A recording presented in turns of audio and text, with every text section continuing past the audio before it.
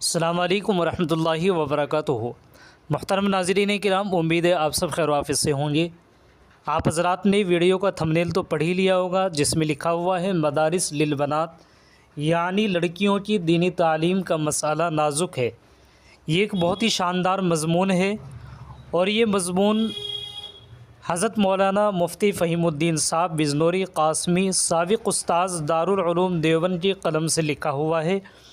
جیسا کہ آپ حضرات جانتے ہی ہیں، حضرت الاستاذ کو کون نہیں جانتا کہ حضرت بہت باصلاحیت اور بہت شاندار عمدہ مضمون نگار ہیں۔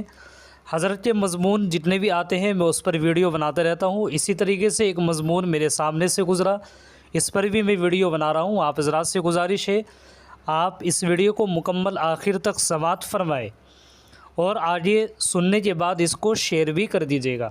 وہ مضمون یہ ہے: مدارس البنات از قلم محمد فہیم الدین بجنوری، 6 ذی الحجہ 1446 ہجری، 3 مئی 2025 عیسوی، جس میں لکھا ہوا ہے لڑکیوں کی دینی تعلیم کا مسئلہ نازک ہے۔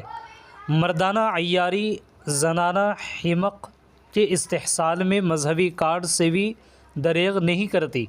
اس میں اسلام، عیسائیت اور ہندو دھرم سب کا رپورٹ کارڈ شرمناک ہے۔ مذہبی افادہ اور استفادہ مرد و زن کے مابین ہر طرح پرخطر ہے۔ پنبہ و آتش کا اجتماع و قرب کبھی بھی محفوظ، محدود اور محتاط نہیں ہو سکتا۔ یہ فطرت کی تکذیب ہے۔ صنف نازک کے کسی بھی شغل میں مرد کا توسط موت ہے۔ اس کے خلاف ہر دعویٰ سادگی اور خود فریبی کی شکل میں دجل اور تلبیس ہے۔ چونکہ دینی تعلیم کی اہمیت بنیادی ہے اور خواتین کو نظر انداز کرنا آپشن نہیں، اس لیے اصول فقہ کے مبنی بر ضرورت قاعدے کے تحت نسوانی اداروں کو برداشت کیا گیا۔ شرائط، حدود اور پابندیوں کے التزام کی باتیں ہوتی رہیں، مگر رسوا کن مثالیں بھی متاثر سامنے آئیں۔ کہیں شیخ الحدیث، کہیں معتمم اور کہیں صاحبزادے قافلے پار کرتے پائے گئے۔ خراب نتائج کی فہرست میں حافظ منصور کا قتل ایک نیا اور اب تک کا سب سے بدنما اضافہ ہے۔ اسی طریقے سے سامعین کرام، نسوانی نظام و نصاب میں مردانہ مداخلت زہر ہے، کسی بھی سطح پر گنجائش نہیں۔ علماء کے بیانات بھی زائد ہیں۔ رسول اللہ صلی اللہ علیہ وسلم کا حوالہ نہ دیا جائے، وہ امام العصمت تھے۔ تدریس، تنظیم، تلقین وغیرہ سب کچھ خواتین تک محدود ہو۔ مرد و زن کی ہر تقریب مشکوک ہے۔ قرآن نے کہیں نہیں کہا کہ زنا مت کرو، اس نے زنا کی تقریب پر ضرب لگائی ہے۔ وہ بین الجنسی رابطے کے خلاف ہے۔ حتیٰ کہ اختلاط کی راہ ہموار کرنے والا کوئی مذہبی جوڑ بھی محدود نہیں۔ اللہ تعالیٰ نے حضرت یوسف علیہ السلام کے بارے میں جو تعبیر ٹانک دی ہے وہ 1000 درس ہے۔ مفسرین نے توجیہ میں کسر نہیں چھوڑی، مگر وہم بہا کیا کچھ نہیں کہتا۔ یہ اس وقت ہے جب کہ وہ مہر عصمت کے حامل تھے۔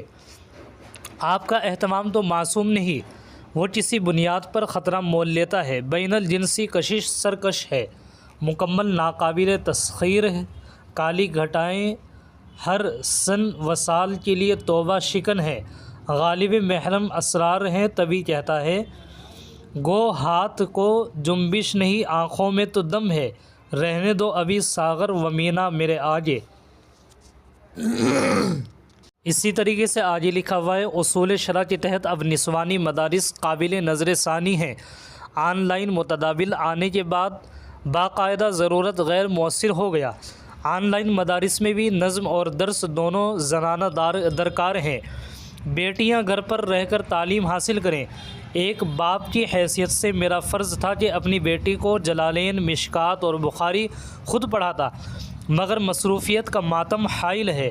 میں تفریق کا بھی متحمل نہیں کہ بیٹے قرآن و سنت کے زمزموں سے سرشار ہوں اور بیٹی محروم۔ بچی کو ایک آن لائن مدرسۃ البنات میں داخل کیا۔ وہ صبح میں اسکول جاتی ہے اور شام میں 6 سے 8 عالمیت کورس میں۔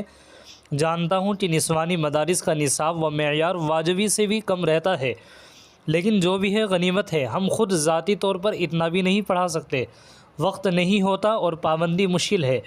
یہ جدید دور میں اللہ تعالیٰ کی بہت بڑی نعمت ہے کہ بچیاں گھر کی چہار دیواری میں رہ کر قال اللہ اور قال رسول کے انوار سے مالا مال ہو سکتی ہیں۔ عورتوں کے لیے اتنا کافی ہے۔ تحقیق مردوں کی شان ہے، خواتین سے یہ درجہ مطلوب نہیں۔